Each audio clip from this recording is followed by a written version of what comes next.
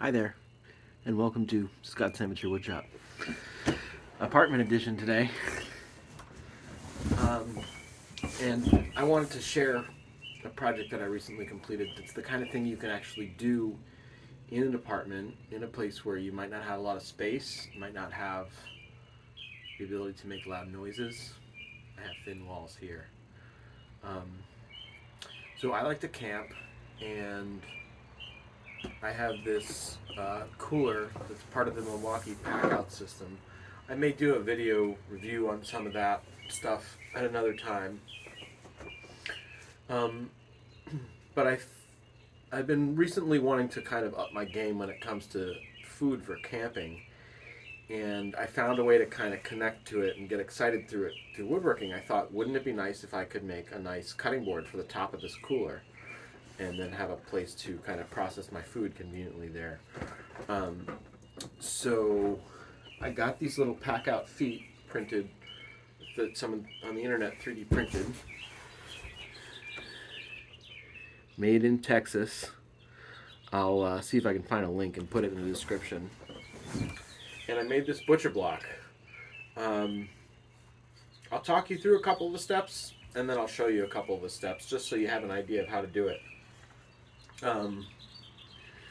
So to start with, I just selected a board from my pile. I have some random stuff here that I'd collected, and I found an oak board,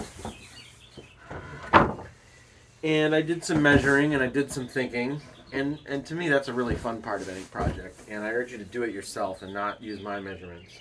Anyway, I figured out that if I cut a board twice lengthwise into 3 boards and then 3 times crosscut, I could get 12 boards. I only needed 11 to laminate up to make a butcher block that fits this. So I did that using a Ryoba such as this one. Check out my other video on why a Ryoba might want to be one of your first tools. This one's made by Vaughn, and as a reminder, I am never sponsored. So you can see more of my other videos about why you might want to have this and how to cut to a line. So once I cut the boards, I scraped the faces with a card scraper and spread glue on them and basically used one clamp across the middle. And then I added 2 more clamps on the ends. And when it was done, I actually planed it with this little squirrel tail plane. And I urge you to check out I have several videos recommending planes to start with. But I usually recommend something really small like this that some people would think of as a toy. And one thing that's good about it is that you can basically use it the way you would whittle. And I'm going to show you that right now. So you can just hold this in your lap. You don't need a workbench. And it's workpiece in one hand, tool in the other. And there's different strokes that you can take. You can go diagonal, you can go lengthwise. One of the ones that I found to be the most useful for removing material and getting it flat was to skew this way and cut across. And you can learn a lot from this. For example, one thing I just noticed was this was only cutting on this part of the stroke, not on this part. So I just focused in on this area. I was just working a high area for a while. One thing you'll find with a plane like this is you won't get something like this as flat as you would with a jointed plane. But for a cutting board, that's actually fine. It looks pretty flat, and I planed down this corner extra low earlier because one of the boards was narrower than the others, and so I'm probably going to find that there's juice running off that corner, and maybe I'll cut some grooves in it or something, who knows. But anyway, I just wanted to show you what the planing looks like, and you can also see that I've done other things with the plane. Like I made this edge radiused, and that's because when you snap this in here, there's this handle. The handle needs to clear it. So all these pieces, the corners and the edge, evolved as I went. And then of course there was the matter of getting the feet on. Now I haven't recommended a screwdriver or drilling supplies in my channel yet, but this was basically, I tried attaching them with super glue long enough to show me the alignment, and that didn't work for me. I don't know what's wrong with my super glue game right now. But anyway, I put the feet in the top of the cooler with the screws poking up out and simply set this down on it and pounded it until it made 16 little divots that showed me where to drill.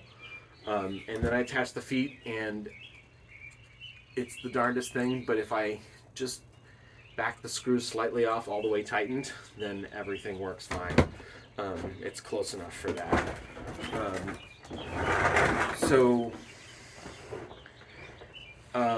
This took a lot of effort to hand plane, but I need a little exercise every day, so it was fine to do a few minutes each day for a couple of days.